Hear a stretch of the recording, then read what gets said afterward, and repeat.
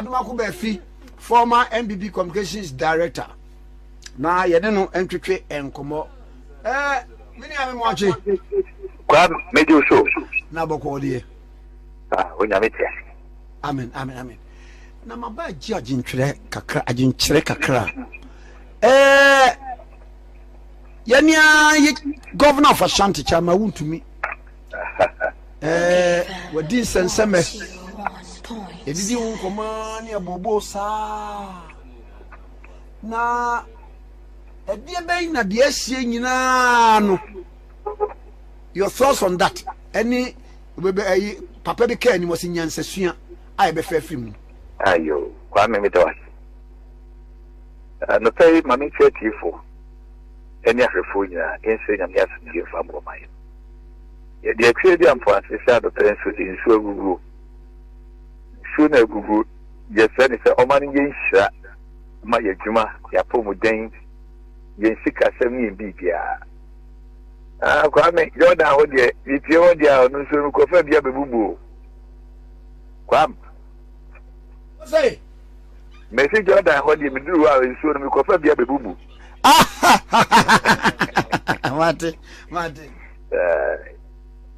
Kwa me nya ekoso no kuri ni emu oya. Mpenfo eka shembi se da o se metna ho asuma si na eduru no so eni ntini ye nche no nko oni mi nya asem oni mi yesi ya obi nim jonku a ade beche so se wuntumi ayeboni a bible si okra o yeboni no onu ande wuo na ebo makwanya obefa so no sabi eno na wanhwe yi a na edi humbu abetu yeso na yakoye se kwame nkroma safu kwame amo osu aduemi ye nyina yeni bambo because eniema na koso no said dia lawyer pani ekirikire mu ni ade no enya dia kwame eso eni anagyi be se no mi ni no miensa madam yi nkromo emerwani nkokura ya fre me Ghana ha yeta ye no eniema ekoso dien nti ano na ban no openi sa tapi enne yedi tumi jawa e mawure mfi se tumi die enya dia o se nipa odi akokuruku sem. There is no permanency in power or authority. And now ye besumu be se chiri no na Kufuado me body his excellency na Kufuado. And none of the best discussion said the ex-president or the former president. And na posi for any soldier for any dinner chiri nyina no aban wunya free mu pet ya withdraw mu nyina. Enti dia be pa di ura mama or pa die. Sala me kan se wuntimi ayemfom so a ompamra ho. Na mum kwan no mo fa so no. Kwa me nya papa. CID for to safre no. Okoye no they acted professionally. Enti can you continue fa CID for no yeso obi ni mo bi kire emfa sa kwan ni so remonata. What is me awo? Me no partner ka muda. And then you had 2 million about the abuse of power. Then your lawyers in United States. Now, Podia and Capom got to a backup by you saying a backup conference. Now, make I mean, near maybe a year total very mono. May the last person be a year among the same Nipamunimu. I'll be the last person, and not the first person. Then so the other 20 and found 20. You were in before 40 penny. Yes, a young Siena Chamum Pan, Cobaye IGP, Coffee Boatia, and making. Then I wouldn't mean cash security once some saw the Nukra Ya, obey you Coffee Boatia free boo. Your Boapa saw Coffee Boatia, Jubilee House. Kwame, this also would hear me. I'm not director of operations at the presidency. Kwame, and you post it to young Kum, ya tell. National security need that pan and Quebec Coffee Boatia. He's a lawyer. But we are Abia in the government security architecture. No, San almost Shanu. So I'm my president. Yeah, the now court now when you will be the Mustafa Bandi. And now when you remonata, yes, shall not catch the end of Moya Jomope. Yenim dia ko Kwame. We dey atisem na wo kan wadawro mampachi. Na me se Kwame yenim dia ko. Because Mustafa Bandin was she Kofi Boachi ase. Kwame lukure pa se Kofi Boachi ni hono mo a. This hot-headed person, Mustafa Bandi, and the Bedinadi. A yes security in some dear Kwame. Young fucking cricket. Kofi Boachi will be a was here. But a bad security in some of your security Kakrano. Kwame, you are not a hot-headed person. Even Bevo Lati, Yadon Konum, 1 million DC for, Mem said that my people cry. What I say? Already Kamara no. Saying former national security coordinator and the mama, the last security coordinator. He said, "No, see your money." Anyway, said Mustafa Bandi, who friend one. He's so hot-headed. How do you sit down to entrust a Yanukra? Until Kofi Boachi, Yanuko national security one more, Yeki. Yanuko Yoko wa Yeki. Yanuba NIB on more, Yeki. And now you are the prosper mining Akoto national security. And you are the Romonata Akoto Yoko. And you are the Kipo Akoto NIB. It tells you, near my acro. One by Yenipa Yacho, Yenibadromu free. Ada Omano, Akoyading. And by the same. The true parents at Samro, the Puma Tibrani say. Sabi, at the same Yeruguch, that's why Yenibakwan Yabako. Mondia Muba Yene Binamukran Samno, a Katona Bronanka Samno, Yabua. And almost to chance Samno. When he back at the Muyu soon, not the prosecutor. Naya dear Yabako trade the budget. That is immediately a dima from afar, and came your far cane. Mundi maybe a Biano Nipamu. Yan Tenon Treba, your friend Yantonon Trek. They wound to me. And you remember one I'm in Yagin, Kwame, Lucreni, or Yamini. Bayeka Yeke, President Mama Bayeno, Wanyamwa bro, share a year or Diama defense. Yenia Brojajan for deputy defense minister. Or Diama. Kwame, as a for J. Scholarship secretariat. Kwame, may say, Sasana Obadia, and yet it's a yes, essence, Sakon and Saba. Kufuado so ba ye no wanya yepamu what the national security what the defense ministry eno kwa the deputy what the say to unsa eno so ka wo say what saying and interior ministry what is ambruzaru nsa ambruzaru free one mono what is helicopter nsa eno bi na wo kan ya the youth and sports ya the say hwan nsa Mustafa nsa ya the lands ya the sabujina ponsa Opa Yantoto. Na Yanshe, I'm your nipa general baby aircraft. Entiano Kwame and the Badia, who is seasoned journalist. So you are playing devil's advocate. But a mere crime missiono and to see Yamuni Nipamu, Yanko among Shani appointments, in Kaya. Kofi what you will be tell. Some people want this in national security, and I heard you are not control. They are making sense of the corn, not just a more ya. Said Kofi Boachi Kodua no more. He's a lawyer by all standards. Record of certain Ghana Law School. Now, it is unattended or Badia. He will temper justice with mercy. But you feel planting to be him to be crabby freno. Into Yantuna Saura, see how many Diana. What is your dear Kofi Boachi? Your friend said, the project. And you get project. Need define rule no anything. Said the baby to my Kwame and Kruma. Go free secretary. Yabachi Usha, Yabachi Kwame Amo. It's in the aircon, and not make can say. And you remember the Blohana went to me, and I'm in your home. The leadership style, and in your money being in San Canibiniadi. Now, sono, Yasiako Connect Yaban and Kumba. Yasia Crown Kosumana, so that's what qua.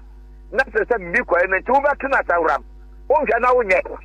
Na die men kwa na wuntumi aya sabe ye di na nisano enam ba ye enkofo a mo frɛ wo mu nyina no sa me bo list no a sɛ akura trimu aba ajimboni abantrim ena yakɔ kenofori atafie no ade abɛkye ne na muntumi ho ade abɛkye ne na NS Edison ho wo mo ya fa kire ade abɛkye ne na mo sɛsi bi ho yanam gift wo ware ho one more ya fa kire kwa invite wo mo ni harassment e doso kwame e doso enye se bi nsi da o opa akọjẹ between 1981 1982 from January to June nipa dodo a yekum wo mo ni baabi wo mo fre ena so asa baabi e wa kwame wo di obi a wo ye hwehwemu yie emra ye de ye Dominic Ayini e court vetting what say what the court here Rolling Star mo di bi ba e kwame ye fa de kura kai me fast track high court nan yeah I tribunal court aye body say na nkokora ne mrewa na ani hu abetie so opani ya no free akuapem yi eye kufu ye di na 40 minutes pe ene kobo ni tuo wa unia wa fa pani free fa katakie soja ni ba na ke no ba mi ma no kwampo ni ye o kan ni pen se wo mo di tribunal na eba amanfo kika ye no no se sa na ti amakama no atum na mom you do it another round nti ade abeki abrante e friend say jakpo se wan ni onam scantation ti ya ba ni ayere in the Rumble Star democracy akufu abija ye ni and the dumsa see en kwa menya de ketwa dumso fa 24-hour economy and na ni ahwe and na wo mai yaba odo sakwa no anu ahu a koke yabai bi ya ye ne ehia nsa ne ya faka enti se wuntumi aye bone a ne bone no ompa ayi ho na mmom si ase kinchina no a ye dia ebe ha dwen na mesre party for and no na baby a ne dia no pay me say that cofa circus makofa kra ye ni anma no munya bi betu ade a ye pam wo mo ya buru wo mo ni ade na kwa mi tom de bi no anhye yi a obeka say emra mi ankasa bo hi mi abeto ababa 2-3 months time me na mo na wura ma kwisia me anu abo me sro mi sika able to ya mache kwa mi nyame ne me dance ni na mi nya 3000 ma no 3 months later ye beto aba na wura ya frame say minimum ni anu be kwa akoto aba enti peska ma ye na me say wura nyame fa abo ni nchew na ya no ba ye ne ye nto aba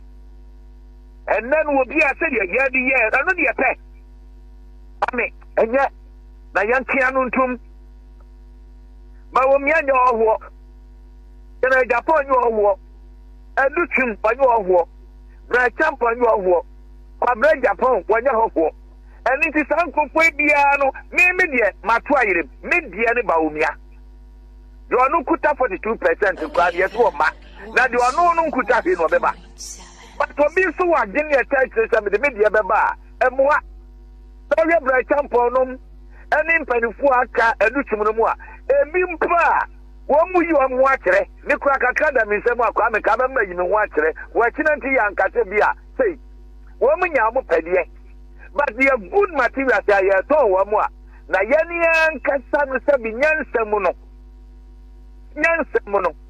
ti ya to ma yi mo no ye nyanka ene ye to obi akake na se ya mfa nyansan traffic ni ya ni ya sore ni ya kie ho we and now can I Japan the buy no na me bi na you omo de and na would me the buy so no e bin mo omo ni tire enyanse omo ni tire ni nyanse ni ntete no omo so gina bonten no dabi ene eti mo bi anu de wunyi sa de ni fre because obi eso bi kan adwene kwame dabi o kan adwene ene si enyina ni wa ma ena no metie ena kan Japan crash atie mini atsabe mom ye nye sanse nguro no kana Japan wo ko honum wanya no oba bontin be condemn ne nkwada ni bia eyi wo mu de enti sabi akwada ko school da bia no twazira ada o meka tu no kwa me ye bona baso enti ya betrese sa suma si de na tetankruwam ya nhyi ya ade abekina Adomako Baafi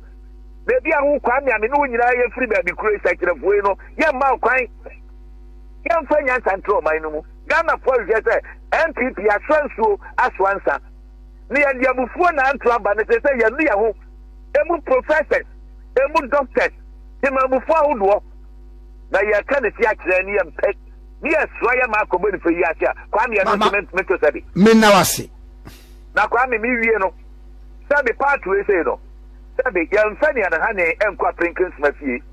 Dr. Adam Ghana Independence, he started it. 1947 or crop grant one. And so Kowui, I will the sense of them. You want penny for jail for me, you want to. Wow, I'm gonna this year. Victor Usu woman in Adamu, and the party will say no, intimidation, a risk you have taken. Name Momono, your air kick out chrono, mean Trassen Cassia by baby. Sabi, you crash you, so young and maybe audium. Now I am swear. Young fan credit, young fan of Miss Ru, that young Bonino, young Pan Wichel. Ghana for one more butcher, which I say, one more about the children, one butcher food. Near to me, young Russell, a cook for the free estate as a bar. Mamma Banaba Yabia, and or the saying, a year part. I'm what here. I don't need to put my young Camino and I was here to call you it.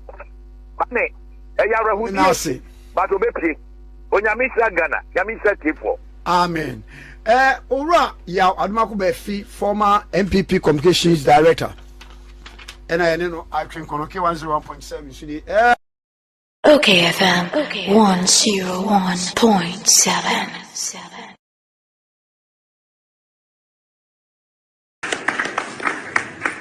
There are a few reasons why I'm so convinced about this. Firstly, if you look at our political history, our political history suggests that it is usually very difficult for a first-time presidential candidate to win an election in Ghana. I don't know why that is, but Ghanaians want you to come more than once. That seems to be what is prevailing on the scheme of things. So if you look back, you see Joe Kufuor, he came 96. He had to come back in 2000. President Mills, 2000, 2004. Then he won in 2008. Then President Mahama came. His first election, Mahama's one was an aberration. Because 2012, we were going for an election against Mills. So all our ammunition and our battle plans was against Mills, right? And so we did so that we can have a broader representation. So you're going to see at least a doubling of the electoral college as we know it today. So there is a recommendation to look at one man, one vote as one option, and to look at a limited expansion. And they are going to come back to us.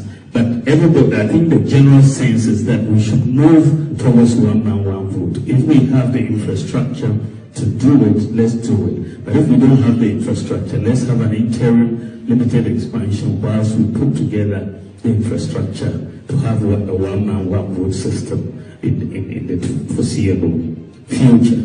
So that is where there is also a sense that we elected our presidential candidate a bit late in the day. We elected our presidential candidate in November. By that time, Mahama had already toured the country. He was already on the ground. He had been elected much earlier by the NDC, so he had an advantage.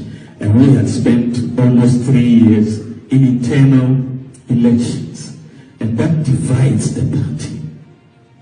There was no time for reconciliation. I had to hurry up so quickly to get into the field to begin the campaign because Mahama was already ahead of the game.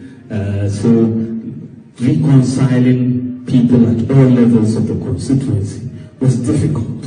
We didn't have enough time to do that. So there were a lot of problems within constituencies and all resulting from elections. So the idea, the proposal that we're working on is that by January latest, all the elections from polling station to flag bearer should be completed so that we have 3 years to work towards the 2028 election. And we have enough time to also do reconciliation within the party so that we bring everybody on. So, any enkomana Dr. Mahmoud Bawumia kweshia UK for no mu edi. In fact, edru baby kra ne nkomo no to amua kwaka se onim se John Dramani Mahama enkobiem NDC for the nipa foforo ne beba na MPP for the ono nso ne beba. Nti we thank you to Albert. Na thank you no kra se wie Ghana. E den no de akopia mo no ni. E den na Ghana de na to nsuo ma na. Eze Ghana de na mpu se de anu omo. Enti se de na me ka no. General Secretary se owo me pese me use balls. Aka me ka se nka owo balls a.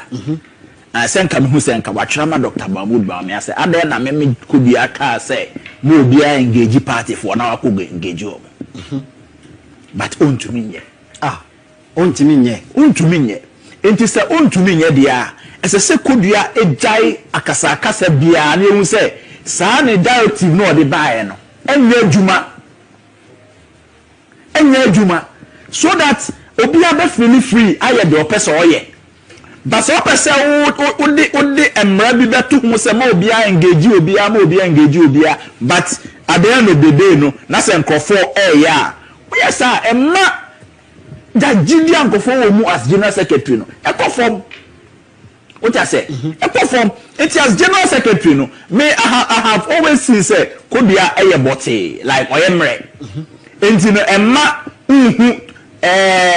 like authority exercise no onto me.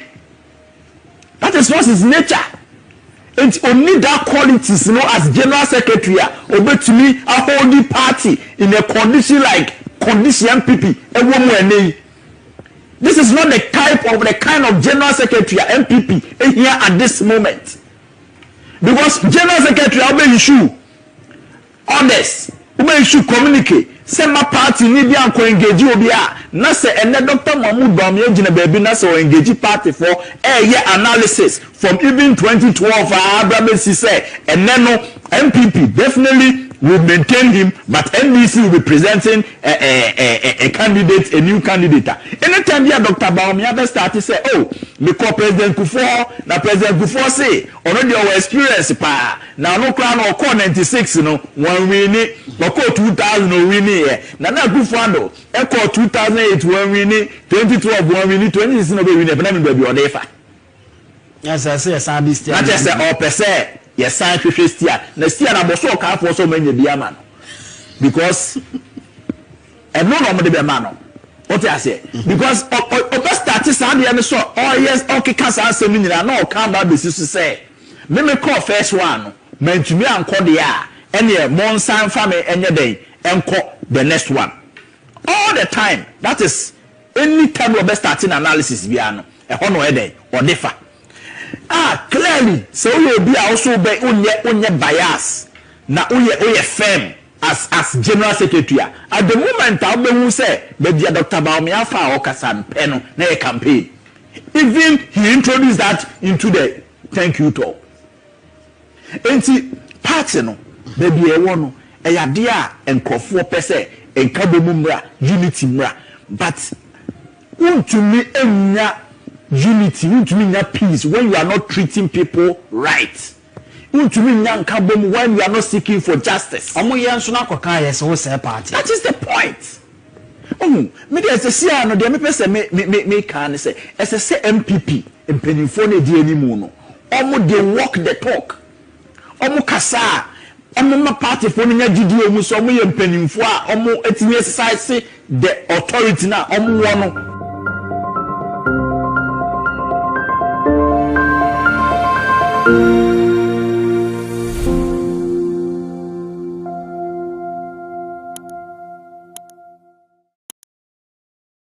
A week. If you go once a month, that reportage, you won't go you. That reporting to the police, you know. Who could say with you? I just don't use the Mufrano. Oh, and I put court bill, no. A bill pending trial. And the police investigate and come through you. Because court now obey you. And you said no bill pending trial. Okay.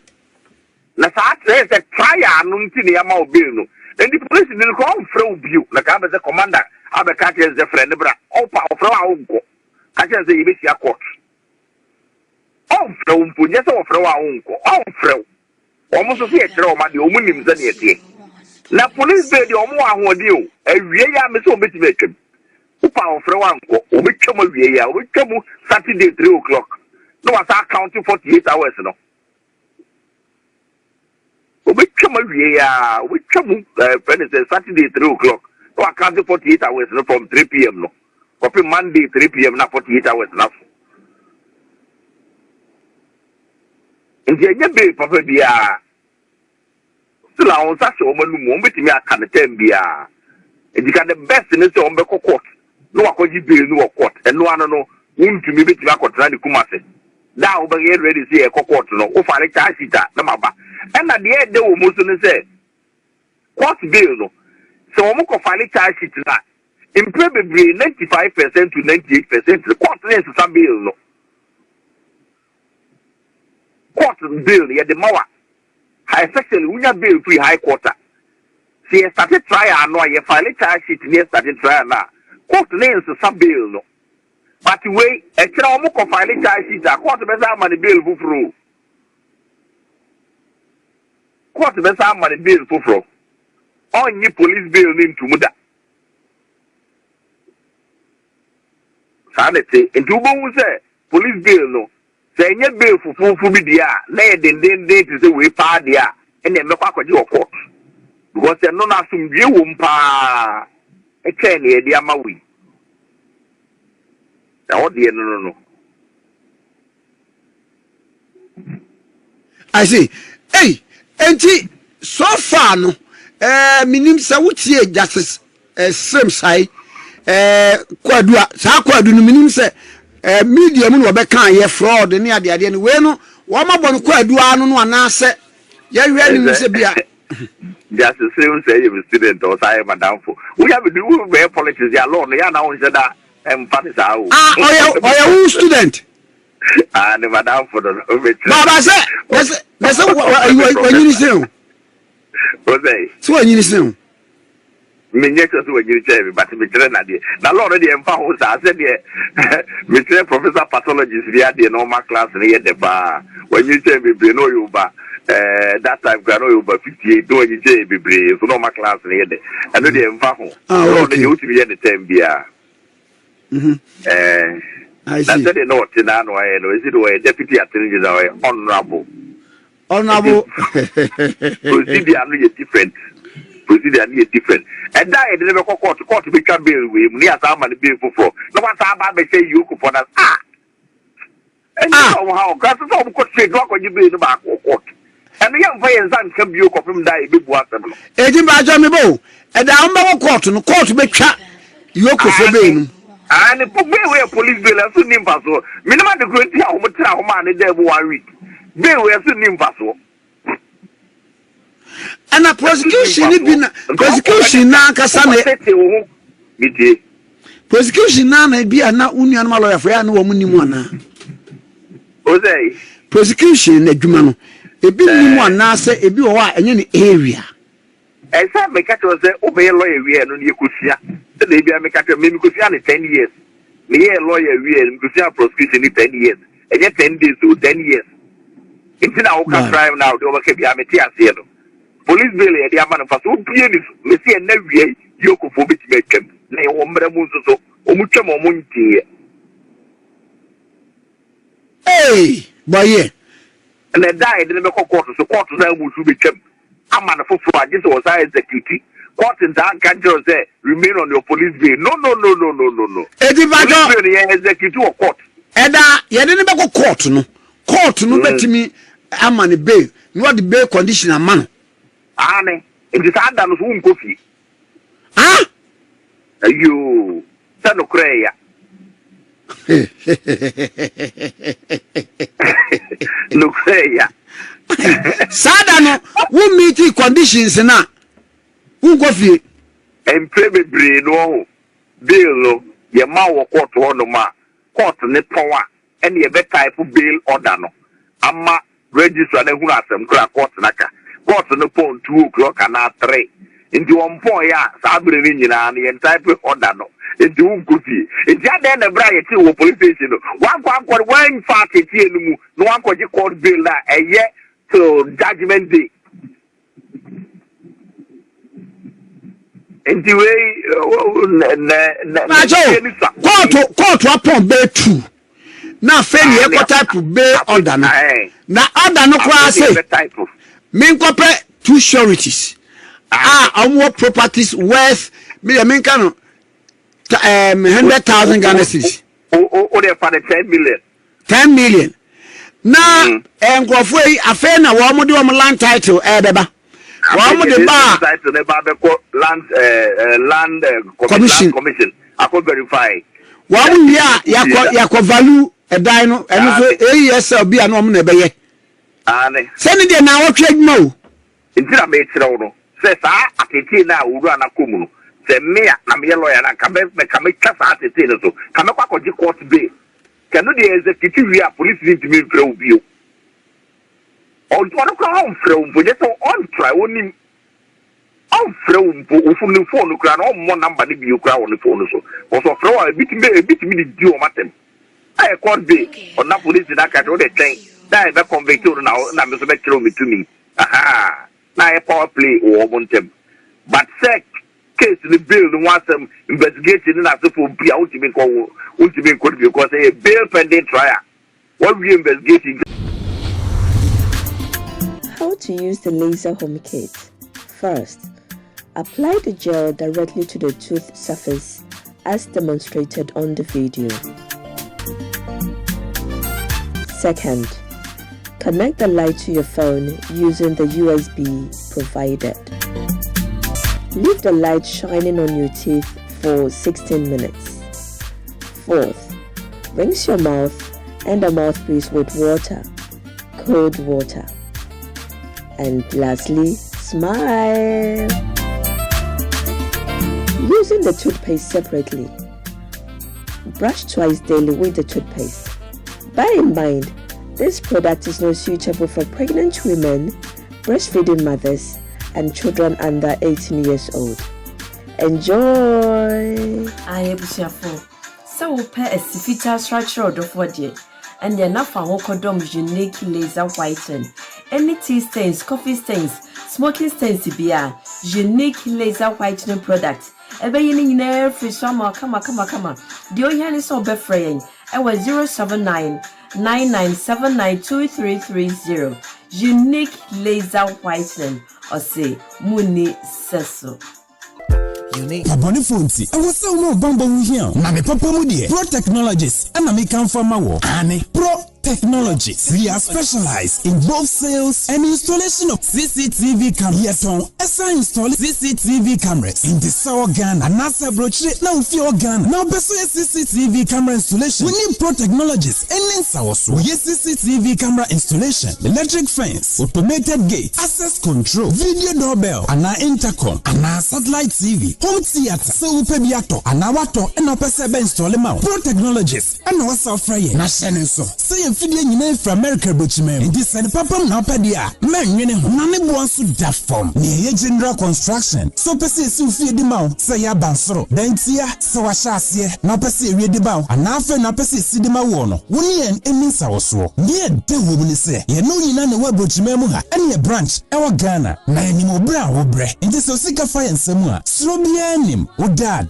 da e dey bi apese osi play bia. And when she saw your solar power, and a bamba wants and send the idea. Only Pro Technologies, and Miss our so. Yes, smart home. I'm back from video your person show fee. And now intercom, if do juma. Any essential interior decoration. Yes, you feel a mount, and now was you fee. Now, Pessi says you hold the maw. Say a your office, your big travel neat. Near your car tracker, and a GPS, I'll bet media track your car. Be a car and be a bit my hair, a wolf phone so. And register what phone for the now who can first install it. And now the settings, ye bay, Eddie. ama ye Ghana office ewo Ashie Adenta Dodoa Road yene CBG ene di animhwe. For information or WhatsApp +1 401 75 70 300 and +1 401 69 92 254. Pro Technologies. Customer satisfaction is our topmost priority.